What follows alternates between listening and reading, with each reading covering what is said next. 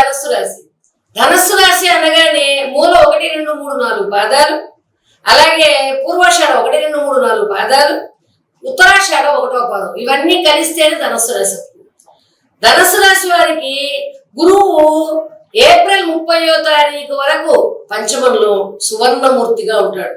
సంవత్సరం అంతా 6లో షష్టమందు రజితమూర్తిగా ఉన్నాడు. శని సంవత్సరం అంతా తృతీయాన లోహమూర్తిగా ఉన్నాడు. రాహుకేతు సంవత్సరం అంతా 4-10 సువర్ణమూర్తిగా ఉన్నారు. అంటే విదేశీ పర్యటనలు ఎక్కువ చేస్తారు. తొందరపాటుతో అన్ని పనులు తొందరగా చేసే తొందరపడిపోతూ ఉంటారు. అంటే గురువు రాహుకేతువులు పాపులు సంవత్సరం అంతా శనిశుడు కాబట్టి మిశ్రమ ఫలితాలు ఇస్తాడు. జీవన శైలిలో మార్పులు వచ్చేస్తాయి. ఎక్కువగా సమయ పాలన, క్రమశిక్షణ వచ్చేస్తుంది. మనం ఎక్కువగా భగవంతుడి మీద ధ్యానం పెట్టేస్తారు. ఆదాయంతో పాటు ఖర్చులు పెరిగిపోతూ ఉంటాయి.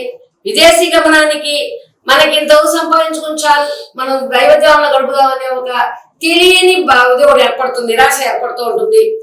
అష్టమ కుజ సంచారం వల్ల అప్పుడప్పుడు శారీరక శ్రమ ఎక్కువైపోవడం, కుటుంబంలో పిల్లల యొక్క ఆరోగ్యాల్లో కొంచెం బాధలు రావడం, సమస్యలు ఎక్కువగా కనబడడం. విద్యార్థులకు మాత్రం అత్యంత శుభఫలంగా ఉంది. తర్వాత పట్టుదల చూపించి చాలా పైకి వస్తారు. రాజకీయవేత్తలకు అనుకూలమైన సమయం. సమస్యలు ఉన్న ప్రజాదరణ, పదవీ లాభాలు బాగా ఉన్నాయి.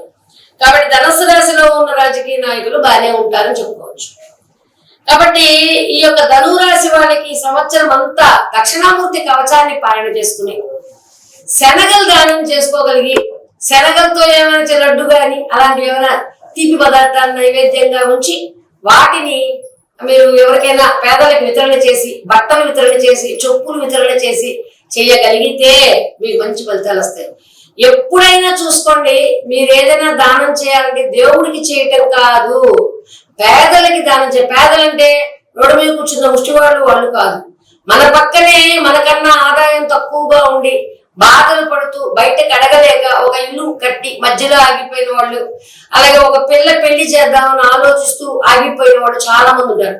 వాళ్ళకి మీ వల్ల అయినంత సహాయం చేయండి. అప్పుడు మీరు చేయగలిగిన దాన్ని పుణ్యం అంటారు. మరి బయట ఉన్న ముఖ్యమంత్రికి 10 రూపాయలు వేసేసాం, పని అయిపోయిందంటే మాత్రం అది కాదు పుణ్యం.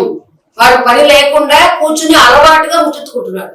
కాబట్టి మనం ఎరిగి ఎవరికి ఇవ్వాలి, ఎవరికి మనం దానం కాదని దాన్ని సహాయం అంటారు.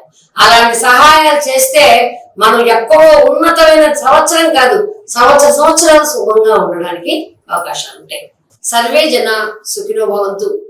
ఇప్పుడు నేను చెప్పిన భావాలని, నేను చెప్పిన రాశి ఫలాలని మొత్తం అలాగే ఉంటాయని భావించకుండా మీ జాతక చక్రాలను బట్టి కూడా మీరు చేసే దానాలను బట్టి, మీరు చేసే క్రమశిక్షణని బట్టి, మీరు చేయగలిగే సహాయాలను బట్టి మిగతా మీకున్న ప్రభావాలన్నీ కూడా బాధ ప్రభావాలు ఏమైనా తగ్గడానికి, అలాగే మీ జాతక చక్రంలో మంచి దశ జరుగుతున్నప్పుడు, మంచి ముక్తిలో ఉన్నప్పుడు ఇటువంటి బాధలు కనబడకుండా ఉండడానికి చాలా అవకాశాలు ఉంటాయి. కాబట్టి ఒక్క జాతకాన్ని విశ్లేషణ చేయాలి అంటే మీ జాతక చక్రంలో ఉన్న భావాలతో పాటు గోచార భావాల వరకే మేము చెప్పగలుగుతున్నాం. కాబట్టి దీన్ని చిన్న పరిష్కారాలతోటి పూర్తిగా నయం చేసుకోవచ్చు అని చెప్తున్నాము.